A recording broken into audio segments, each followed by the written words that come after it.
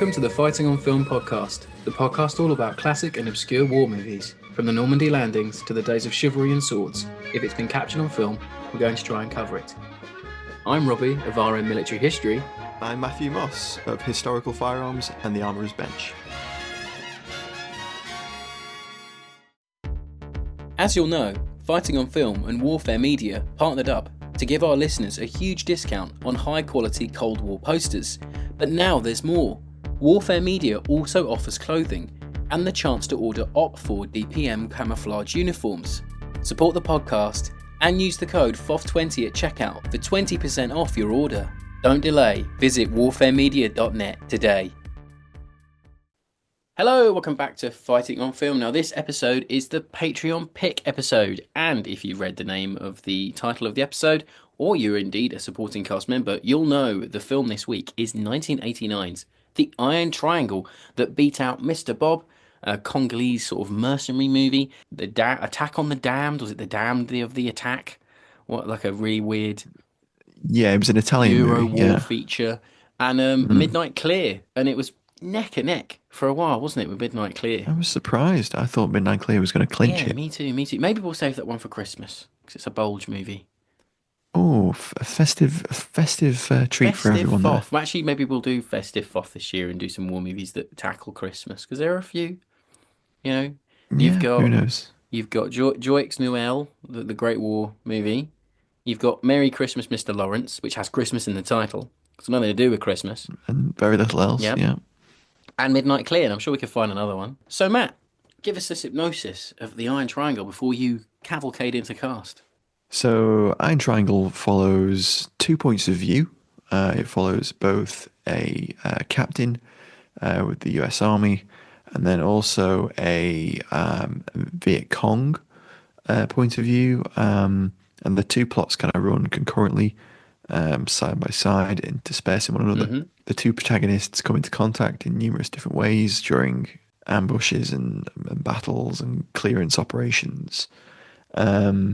There's a few tangents that the film goes on, which we'll talk about. Much like this podcast. Which aren't too useful, whereas our tangents are very useful, and very, very entertaining and informative, obviously. It's a difficult one to give a synopsis for because it kind of meanders a little bit. There's a little peaks and troughs. Road movie section where they run away through the jungle.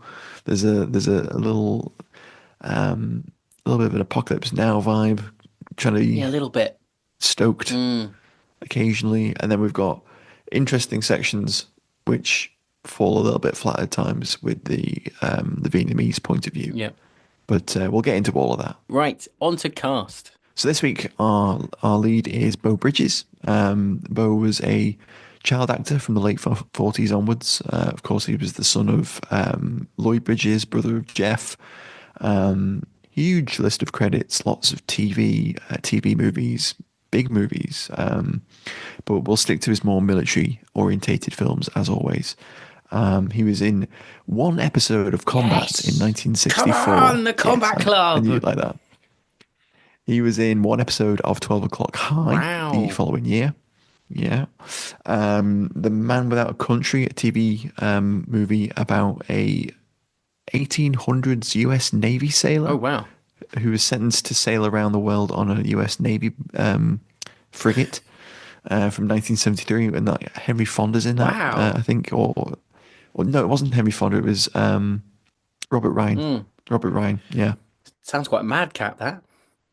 Yeah, there's a couple of like grainy photo screen caps, and he's got in like a bicorn hat, and it's the complete Napoleonic era type. One of those series that just got lost to time. I bet. It must be out there somewhere. Must be.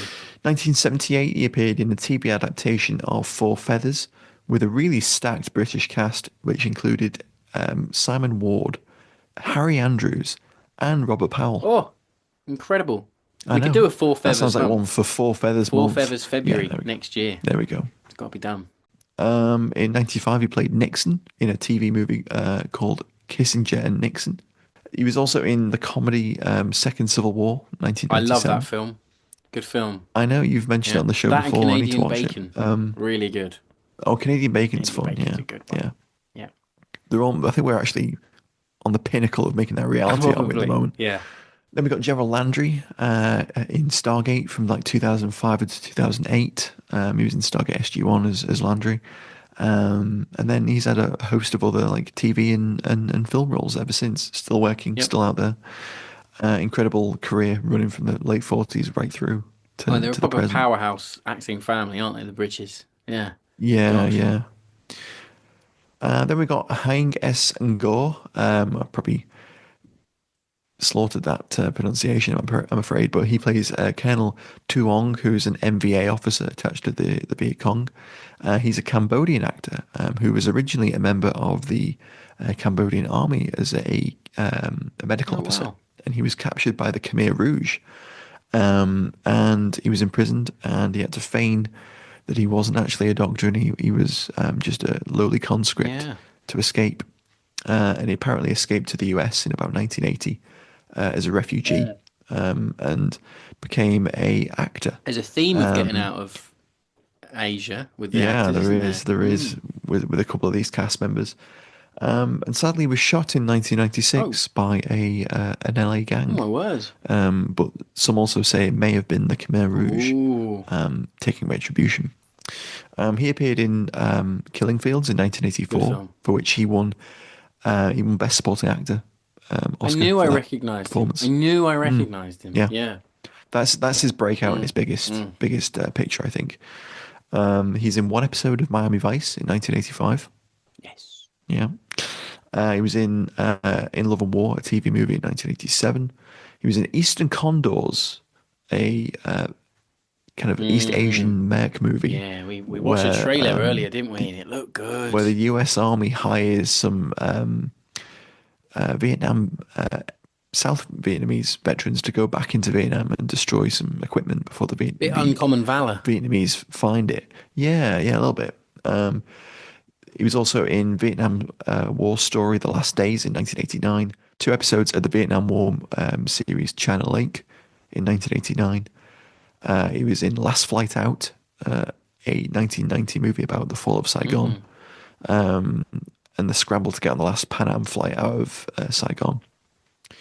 And then his final war movie role was Fortunes of War, 1994. And then we've got Liem Whatley, who plays Ho, and he's the other kind of protagonist within the film. This is his first major movie role, and he was a South Vietnamese actor. And according to a 1988 LA Times article, his father was a fighter pilot that was killed in Vietnam during the war, and his mother managed to get them out before the fall, and he emigrated to the US as well. Did a bachelor's science degree, and was going to be working at Disney before he took a chance going for an audition for the role in Nine Triangle. He also appeared in Vietnam War Story: The Last Days, 1 episode of China Beach, 1 episode of Tour of Duty, and he was also in a TV movie called Heaven and Earth in 1983. Oh, yeah. But he had a relatively short career, and there's not a lot about him online other than a little bit about his escape from Vietnam with his mother. Then we've got Johnny Halliday as Jacques, who's a French mercenary, kind of like French Foreign Legion, and he's private security for a South Vietnamese political officer, a woman that's on a tour, talking to the locals, trying to espouse capitalism and the South Vietnamese government at the time. And he's obviously quite well known for being a French singer and actor, but this is actually his only war movie role. He appeared in various other TV and film projects over the years, but this is his only kind of military orientated role, and he has a very interesting weapon in the film, which we'll talk about in the He LA does, Times. yeah. Yeah. Thank God we got you. That's all I'm saying. Stay tuned. Then we got Jim Ishida, who plays Commissar Koi, who is he's a Japanese actor with an extensive TV and film background. He appeared in Battle of Midway in 1976, 1 episode of The A-Team in 1986, Back to the Future 2, Predator 2 in 1990 with with Danny Glover. Yes. Yeah. Yeah. Yeah, Mm. yeah. Then we got Ping Wu, who plays Pham, who is Ho's best Hmm. friend in the film. Again, another extensive TV and film career and game voiceovers as well. He appeared in one episode of the A-Team in 1985, one episode of Tour of Duty in 89. He was in Hunt for Red October in 1990 and in Under Siege 2 with Steven Seagal in 1995. Ah, right. Okay. He appeared in Pearl Harbor in 2001. Day of Independence, which is a short film about the Japanese internment camps in the US that came out in 2003. And he voiced a couple of characters in the Battlefield franchise in Battlefield 4 in Oh, 2013. wow. Rounding out cast, we have Francois Shaw, who plays the the Arvin captain, who's a bit of a bastard Yeah. that kind of clashes with Beau Bridges' character. He's in it for all of 5 minutes. He is, yeah, and he's pretty good. He's had a really interesting career. Again, a Cambodian actor, very long TV list of credits. G.I. Joe, Stargate SG-1, The Expanse, China Beach, Tour of Duty, Vietnam War Story 2. So lots and lots of crossover with all of these casts because it's that time where they're making TV movies, series about Vietnam, and they need actors from the region. I'd And argue we're in the sort of last year, like oh, 89, we are, 90 yeah, is the last this like Vietnam glut completely. from like Yeah, I 86, think 5. 87 is the last good year, I think so. Yeah. After perhaps. Hamburger Hill, It may be Platoon. 88. Yeah. Yeah, Don't yeah. forget But Platoon we're leader. at that point, of course, I'm sure you'll wax lyrical I'll about talk that in a about it bit. later. Don't worry about that. Yeah, so yeah, we're coming towards the end of that, Mm. that glut of Vietnam War movies, and you can see where TV movies are trying to emulate some of the success of the silver screen productions, the big names, but we'll talk about some of the stylistic choices this one makes a little bit down the line. Yeah. But that rounds our cast for Yeah, this so it week. is a strong. I'll give it the movie its due. It's a strong cast, I think. Mm. And we'll talk more about that later. So production. I mean, shockingly to you, fair listener, there wasn't a lot about this movie online, but I did my best. So it's co-produced by the Scotti brothers and their pictures, Scotti Brothers Pictures, which is a subdivision of Scotti Brothers Records, which was co-founded by Tony Scotti and Ben Scotti. They syndicated TV shows on American networks and produced their own movies, including a few B movies, which I'll lovingly call VHS fodder, such as 1986's Eye of the Tiger, starring Gary Busey as an ex-Vietnam veteran who finds his hometown besieged by a biker gang and he sort of takes up arms against them. It looked War incredible. movie adjacent. Yeah, war movie adjacent for sure. That's on Prime at the moment, actually. I was going to watch it. It's directed by Eric Weston, an American writer, director, and producer. He directed 2002's Heavy Hitters, which is like 2002's Hitters, which is like a mafia type mob thing, and 1992's Right. Protect to Serve, which is like a cop drama.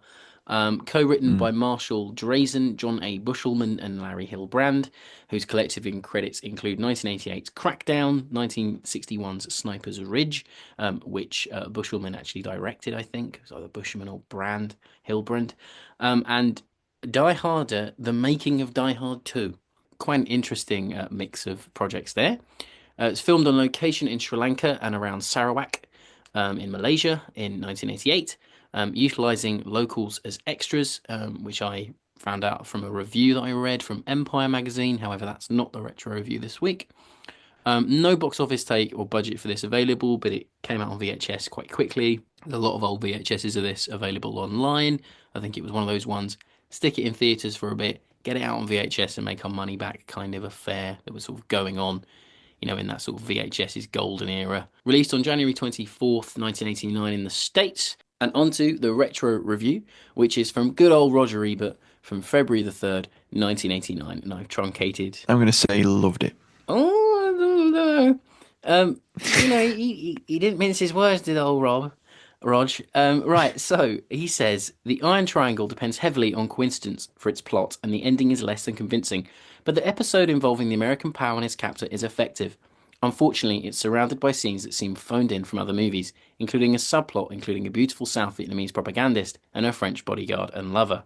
It's an interesting decision to use the Vietcong diary as a starting point for the film, but it might have been more interesting to go all the way and tell the movie from the Vietcong point of view. Experience of the Vietcong has never been captured on film by either American or Vietnamese filmmakers. The Iron Triangle takes a step in that direction, but then decides to filter the diary through an American narrator. And although it may seem, although, sorry, and although it may find human beings behind the rifles, a lot of their experiences seem inspired less by life than by other movies. He gave it 2 out of 5 stars. 2 out of 5. That's not great, is it? So on to the one-word reviews this week, which there weren't many, but there were a few.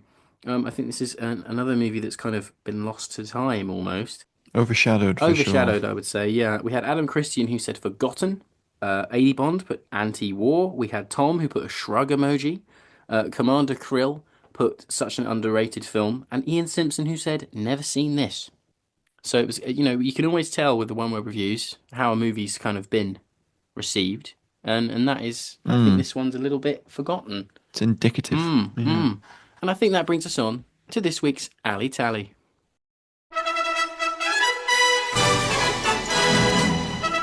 It's time for Alley Tally on Fighting on Film.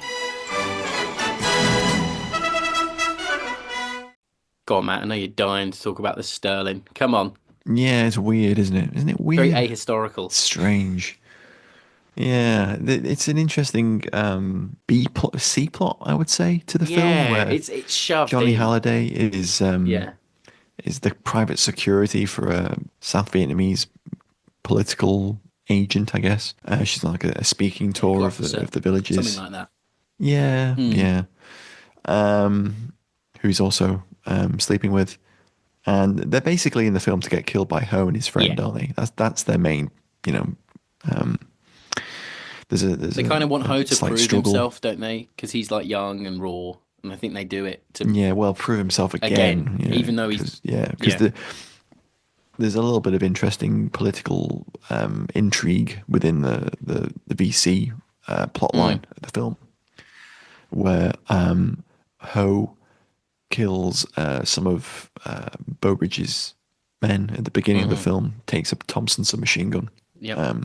Which I think the character's name's like Sergeant Murphy, and he's got a Thompson. I think it's a 1928. Yeah, with a cuts compensator.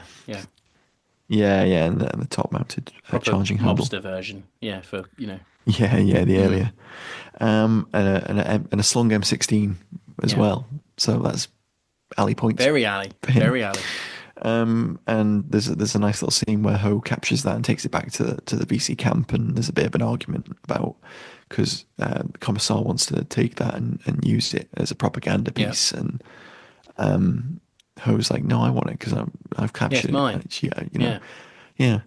Not a very communist thing to say, Ho, if I may point that out. I kind of get the feeling Ho wasn't really. Perhaps the Commissar had a point. Ho wasn't really fully on the old VC vision, I don't think. No, I don't think so. No, and the Colonel Tuong is like, to each his needs, Commissar, and he gives Ho the Thompson, which is quite a nice little scene. But yeah, in a room with vastly superior rifles behind everyone's the Commissar. Everyone's got AKMs and Type 56 AKs. It really did make me laugh. Have an AK. Where I was like, let me trade in my perfectly serviceable AK copy for this 45 caliber machine gun with only one magazine in it.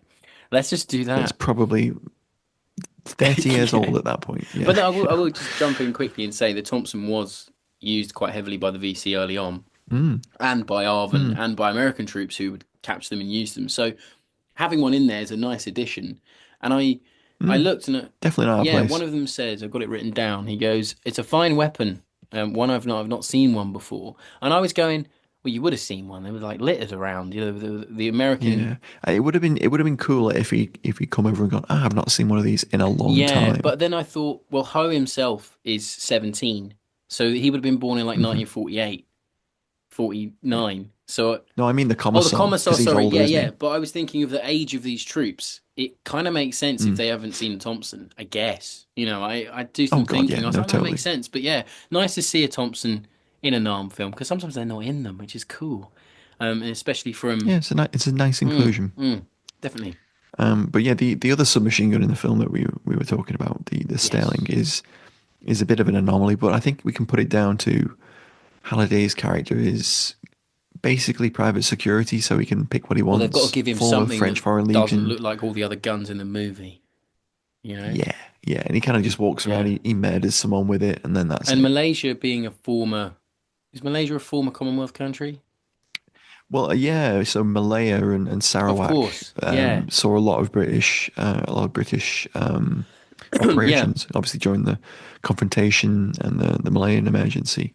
So it's not too To have one knocking around. surprising that they were around because they were used by Malaysian and local police forces on Sarawak and elsewhere in the region. So yeah, it makes complete sense for one to be available for Yeah. the film, and it just to stand out amongst the armory of what was available for the actual shoot. Did you work out what mark of Sterling it was?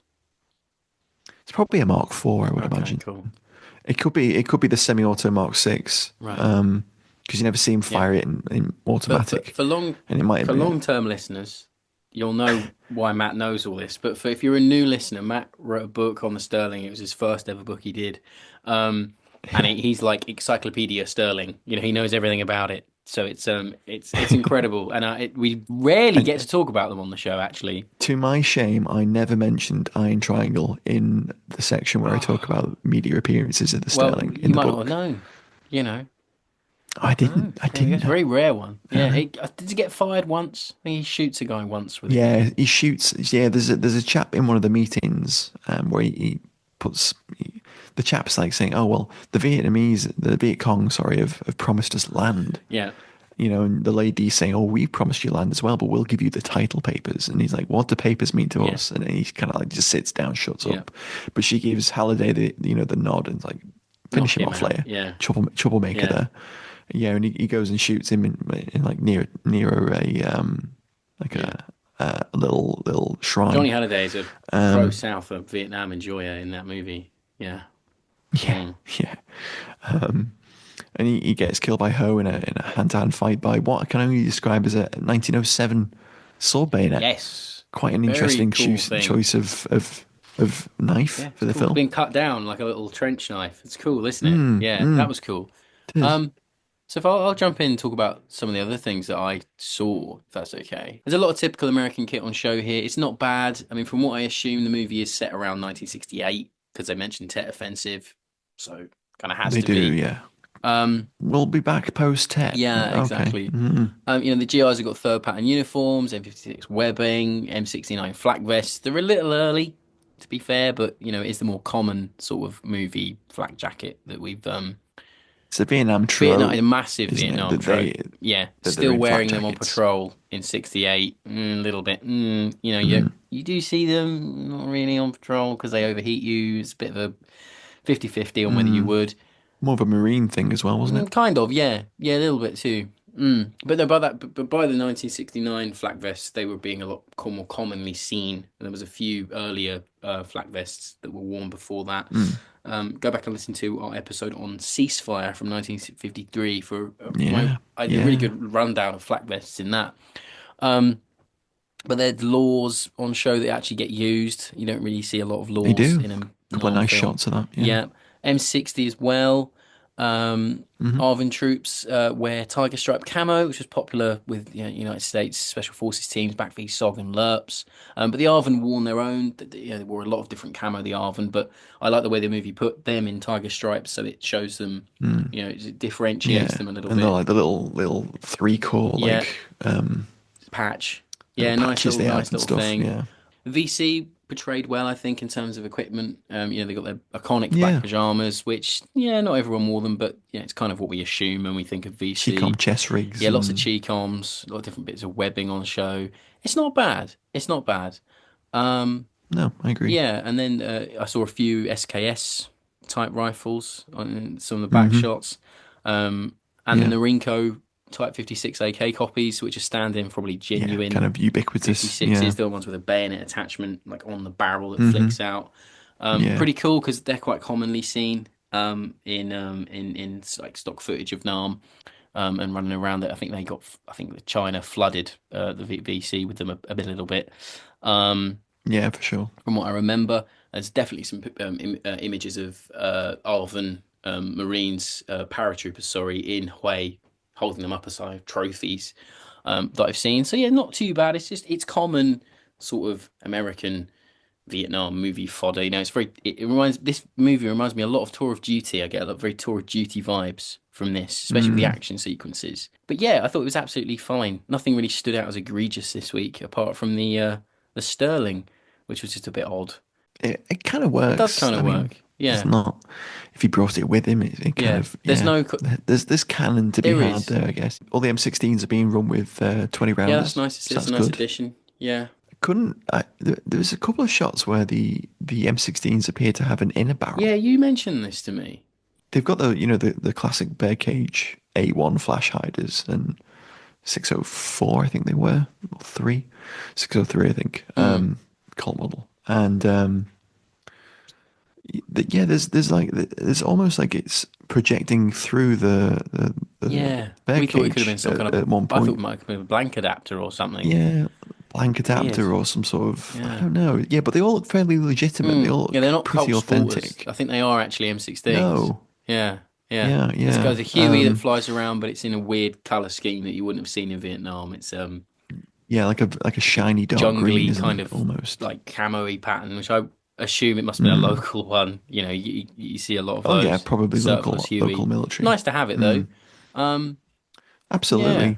Yeah. The man that Ho captures on the bus has a Walther PP pistol. Oh yeah. That the commissar takes off him and the shoots him most with. late 80s civilian clothing that I've seen. Yes. Very funny. Yeah, it was. Yeah. And a bus gets shot up as well. A nice looking bus. Yeah. But in terms of that is about it really. It's very bog standard, this one. It's not because it's not like a LERP team. It's not a special forces. It's not Arvin. It's doing everything and everything's okay. It's not bad. 1911, I think. Yeah, you do see one of those. He's confronting the Arvin. Yeah, and he shoots that chap in the barrel. Yeah. I thought that was maybe like a little nod to that famous picture in Hue. Maybe a little bit. Yeah. And it's typical. Oh, the South Vietnamese are the problem. The Arvin are an issue. They're not very professional. And I'm like, yeah, that's a trope. That's a massive American war movie trope of, the Arvin are a bit shit. And it's like, they're really not. You look up the Arvin. They were blooming good. They just got treated badly. The irony is the Americans treated them badly. It's not the Arvin treating the Americans badly 90% of the time. And a lot of them are very, very good units and did fight bloody hard, especially when the US pulled out in 73. Anyway, but that's for another episode entirely. So I think it's time for favourite scenes. I'm Captain Dale Dye, and you're listening to Fighting on Film. And before we launch into favourite scenes, I think we should launch into the trope tally for a moment, as we mentioned a couple of tropes there. Trope tally is back. I know. Well, let's list off. This is Matt's baby, the trope tally. I never do it, Matt. Because I never know when Matt wants to do it. Can't resist. So it's his thing. I just throw it in. We need to make you a trope tally jingle, don't we? Maybe so. So of course the film opens with that kind of laconic protagonist monologue that's kind of aping Apocalypse Now. Yeah. Oh yeah. Very much so, and he does that at the beginning. He does it a few more times throughout the film. I wanted a B movie, and for my sins, they gave me one. They handed me a dossier. Yeah. And then there's a GI that saves a baby from friendly fire. There's the ubiquitous helicopter assault sequence with rocket pods firing and stuff. Stock footage airstrike napalm drop. And that napalm drop is also seen in the start. The canisters going down. That scene in the start of Apocalypse Now. That's right at the start. Yeah. But that was all right because you can tell it's stock because the film grain changes. It's like really bad. Classic. Yeah. Classic. Pals becoming like semi-friends. Realizing we're not so different, you and I. Yeah, that kind of whole thing. Yeah. The bit at the very beginning where Beau Bridges tells the men to be quiet and for a bit of noise display, and then proceeds to shout for his sergeant. Yeah. Oh, happy-go-lucky members of the unit being killed off first. That's a definite one. Absolutely. Yeah, for sure. Absolutely. For sure. Anyway, so that was the trope tally coming back for another triumphant return. And we'll make you a jingle one day, Matt. Um, so I'm gonna jump into my favourite scene if you don't mind.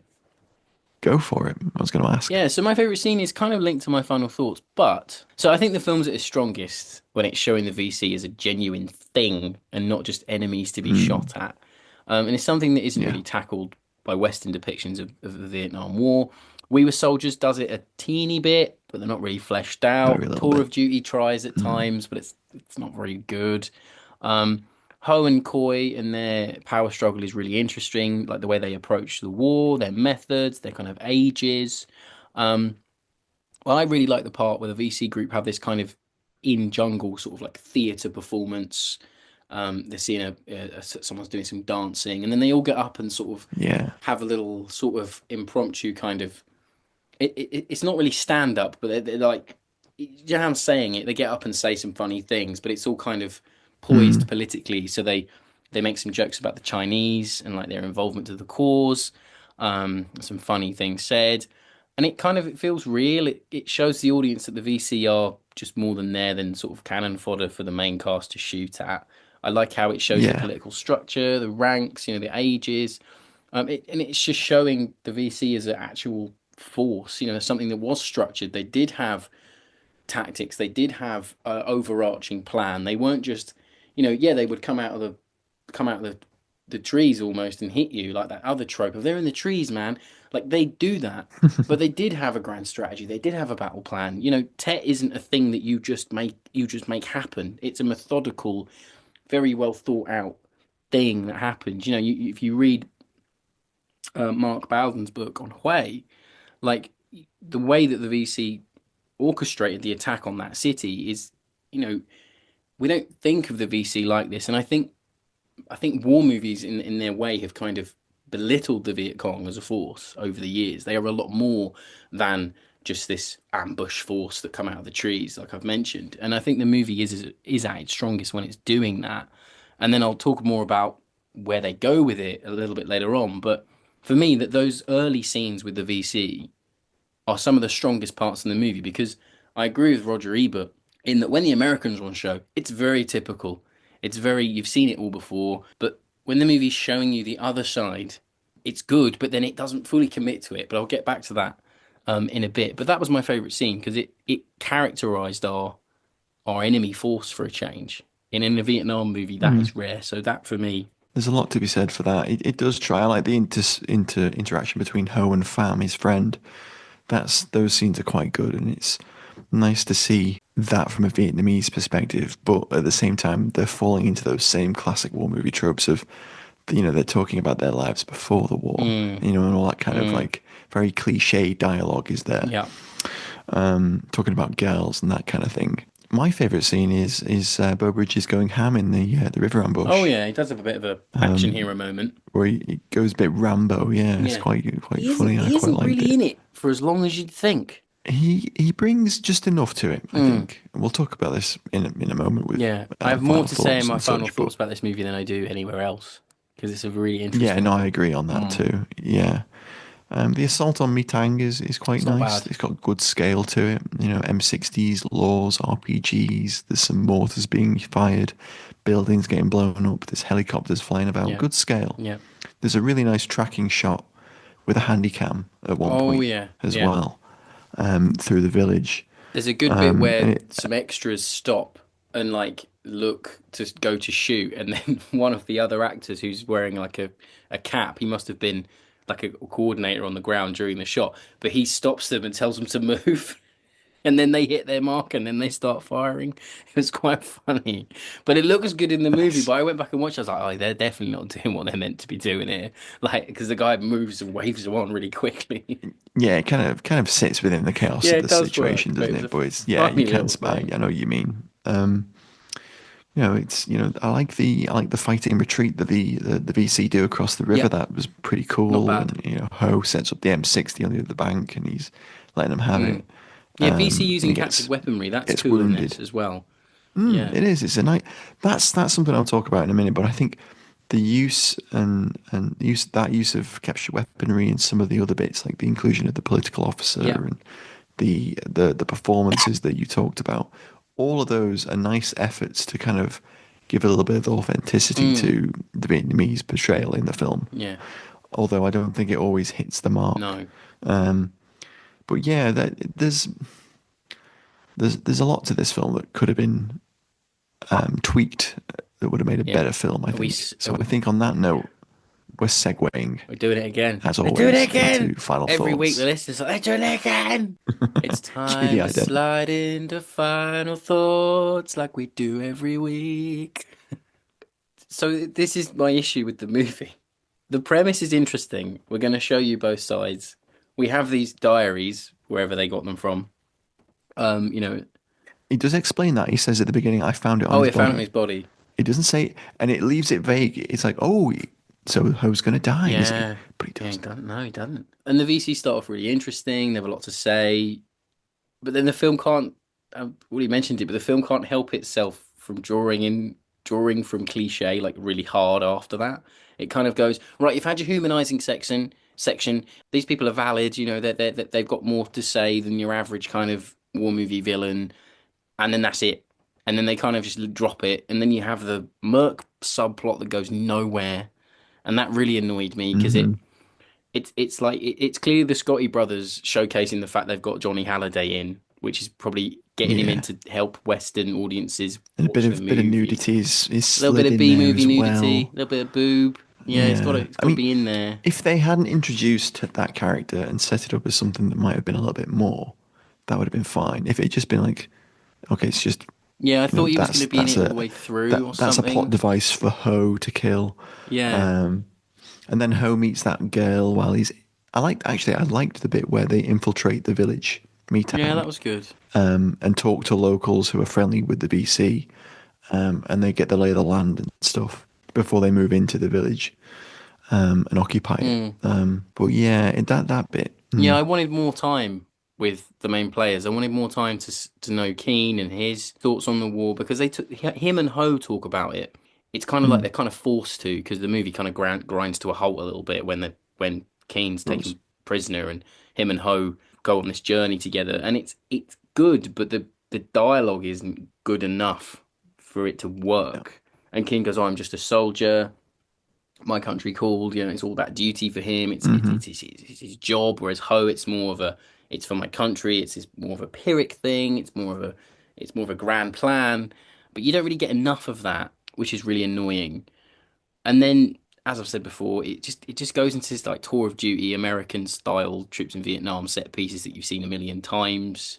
It feels like two scripts mashed together, but not very well. And I'm going to say it again, I think Platoon Leader is the gold standard of Vietnam B movies, because they had a BAFTA award-winning cinematographer to make it look amazing. Yeah. And it's like, and Bridges is much better than Dudikoff was in that movie, but Bridges isn't given enough to do. No. The guy that plays Ho nearly is, but not enough. It's worth a look for what it tries to do, but it doesn't quite fully achieve it. It's like a good premise, but bad execution. This one for me. Absolutely, yeah. If they, it's kind of like Flags of Our Fathers. Kind of, it's trying to do the Japanese point of view and the American point of view. But then at least Flags of Our Fathers had Letters from Iwo Jima, which was completely. Well, that's what I mean. That took Clint Eastwood 2 films to do. Yeah, and that is kind of what this needed. It could have been 2 separate films, or it could have been a very truncated, very different film. Because as you say, that middle section it stops the film dead, and it's a couple of set pieces. Johnny Halliday's then he's killed. The film is 2 set pieces, a subplot, then a middle sort of pow buddy movie with 2 set pieces, and they don't blend well. Marking. Yeah. Yeah, it's just a little bit contrived, and Bridges is just okay enough to carry this, but the mediocre dialogue, as you say, really does harm it. And I think Ho's character ultimately is the more interesting character anyway, and that's why we like him. His interactions feel more genuine. We actually learn more about him than we do about Bridges' character anyway. His Ho's relationship with Pham, at least it's dynamic and somewhat human. It somewhat humanizes these characters a little bit. They've done that to make you care about Ho more, but I would care more about Ho if I knew more about Keen, because then they might have had more in common than they thought. But the dialogue doesn't go there enough. They don't give Keen a foil. No, no. Keen doesn't have a fam to talk to. No, he doesn't. And get that humanizing kind of dialogue that you would expect, because Keen's in this unit. He gets captured. He goes back to that unit. He doesn't talk to anyone. He just goes he has into a no battle. kind of. That's the end. Of the Hey, film. like, don't be so hard on the Vietcong. Actually, when I was chatting to Ho in the cave, I learned this about them. We shouldn't underestimate them. There's none of that. There's none of. They're not. They're a bit more than we think. It kind of maybe could have had a little bit of that. I don't know. Well, it's the loss of direction. Yeah, sure. we we have that subplot that we talked about with the Vietnamese, South Vietnamese political officer and Halliday, and that for me could have been cut completely. It's not necessary. It doesn't really grow how it's there to give Ho's character some growth, but it doesn't really have any real impact on the character. And I think that's it's a third act that could have been made tighter, and it would have worked a little bit better if they put a little bit more concentration into the bridges. Sorry, the Keen and Ho scenes. To give it a little bit more of a meaty. It just needs more oomph everywhere. It does need oomph. It needs a little bit more weight to it. That was the word. And I was looking for. It's filmed quite flat. The way that they come together and then separate is quite contrived. Yeah. And it is flat. I agree with that. And the subplot with the Arvin officer isn't needed either. They could have cut that, or they could have had the Arvin officer as Keen's foil. He could have argued with him throughout the whole film. And of course, the bastard of an Arvin officer gets killed by Ho's girlfriend, who we meet for 5 seconds. Yeah, exactly. And it's like two inconsequential characters having an inconsequential moment where she kills him with a grenade. And it's kind of a gnarly scene, actually. It cuts to the Arvin officer that's on the floor, shredded by I think it's an M67, like an American hand grenade. And it's like, oh, okay, well that's in there. He's dead now. It doesn't mean anything. Exactly. Doesn't have any effect on the film. Killing that prisoner early on in the film. That's all it is, really. Well, not atoned, but it's retribution. You know what I mean? You know what I mean? Yeah. It's only there to serve that. I do. And to be honest, the film's so formulaic in kind of where it goes, despite trying to be outside of the box and have these two narratives. Yep. But I was almost surprised that the film didn't cut to an after credit sequence with Old Man Ho and Old Man Keen meeting and shaking hands. That would have been cliche. Over some, but I would have liked that with some horn music over the back of it. Or meeting each other when sort of Vietnam opens up a little bit. Kind of like the Casper Van Dien film. But I think we're a little bit too early for that. I think that's mid-90s, so we're a little bit early for that. Or even just Bridges, as an old guy, reading the diary in a diner or something to show he'd kept hold of it. Maybe, and then you could have, looking up at a new, a TV screen in the diner and seeing Ho on the news screen, or something, or he walks past the diner and they look at each other. I know it's hokey, but for this movie, it would have worked, Yeah, because all it does is Keen just goes, and I heard he survived. He survived. And that's it. Yeah, I just went back to the world. It's been done, much like George Harrison on The Simpsons, it's been done. That was The Iron Triangle from 1989. It's available to watch for free in the UK on Tubi, which is a free streaming app. And they got quite a lot on there. They got Prize of Arms. They got some good World War II documentaries. They got a fair amount on there for free, so do check it out. Got Gung Ho. Got a lot of Flames Over India. A couple of really classics. And a lot of sort of westerns and sort of more obscure things. Film noirs and stuff. And it's all free. We aren't sponsored by Tubi. No, we're not, but we wouldn't mind it. But if they want to. I wouldn't mind it. Right, so on to this week's large question, which was, we want to know your war movie actor food name puns. So we had some absolute blinders from the faithful this week. Kerry Thomas goes with Sylvester Lascone, George Peppard Steak, Tom Lambshanks and Tom Pismore.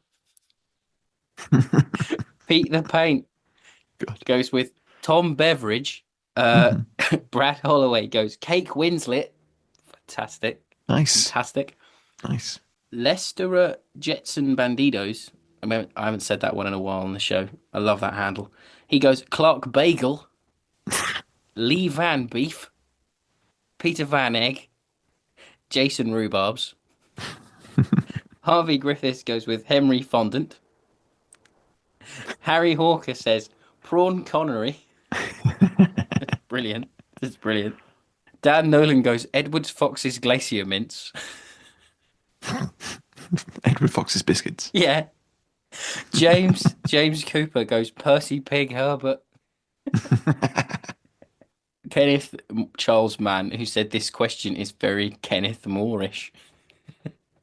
Fantastic. Fantastic. So, Matt, did you have any actor-based food puns? I do. I got one.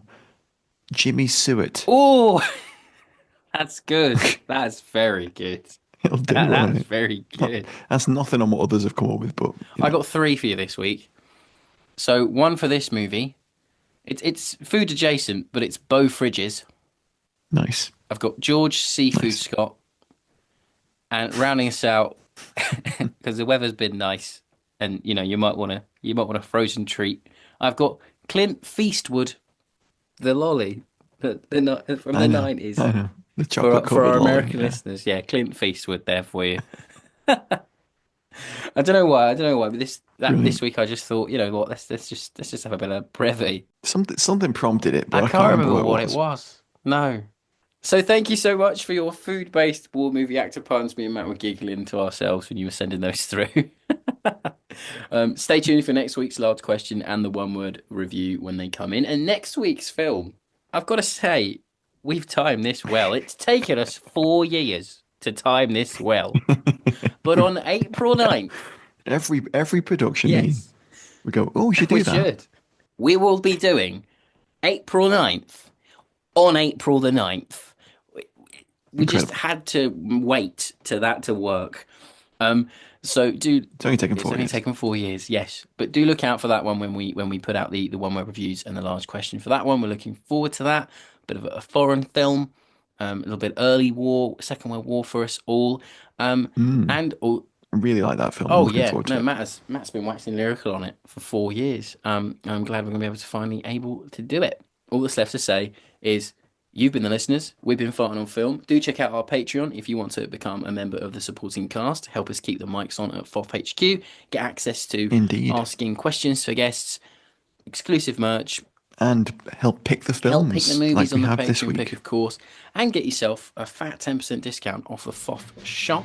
Use the code FOF20 at warfaremedia.net to get yourself a big 20% discount off of Cold War posters and merchandise. Plenty of new things going up there. And leave us a review on whatever you're listening on. Subscribe, hit that bell, do whatever you got to do. Keep on listening, and we'll catch you next week, folks, for April 9th. Bye, everyone. Bye-bye.